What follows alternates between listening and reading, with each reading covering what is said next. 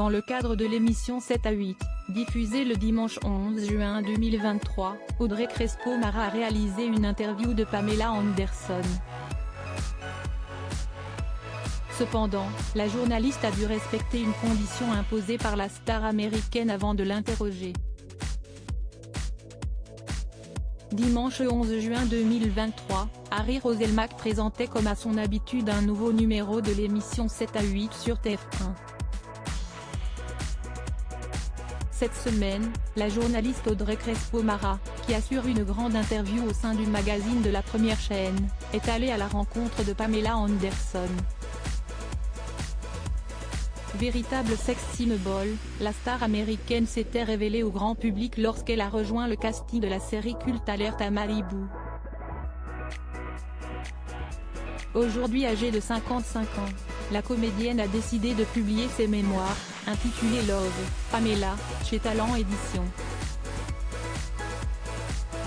Si est-ce dans le cadre de la promotion de cet ouvrage que Pamela Anderson a accordé un entretien exclusif à Audrey Crespo-Mara. Elle est très loin de l'image de bimbo superficielle et écervelée qu'on peut avoir d'elle. Elle est évidemment beaucoup plus complexe que cela. Elle est intelligente, intéressante, sa vie est pleine d'épreuves. À 55 ans, elle a à cœur de raconter qui elle est réellement. Sa vie est passionnante. L'image que l'on a d'elle, à ses débuts nus en couverture de Playboy ou courant au ralenti sur les plages de Malibu, lui a permis de devenir une star planétaire mais l'a aussi consumée, a indiqué la journaliste durant un entretien accordé à 20 minutes, avant de dévoiler les coulisses de cette interview avec la star américaine. La seule condition était que j'aille la rejoindre à Los Angeles, où elle vit, puisqu'elle ne se déplaçait pas à Paris. Mais il n'y a eu aucune contrainte, aucune interrogation sur les questions que je pouvais lui poser, a expliqué Audrey Crespo-Mara. Audrey Crespo-Mara, pourquoi n'a-t-elle pas évoqué Adil Rami face à Pamela Anderson? De son côté, la compagne de Thierry Ardisson s'est elle-même imposé une règle durant son entretien avec Pamela Anderson, ne pas évoquer sa relation avec Adil Rami.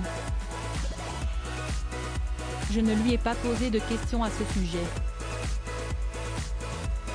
Il y avait tant de choses à raconter qui ont eu beaucoup plus d'importance dans sa vie qu'on n'a pas évoqué ça, a indiqué la journaliste.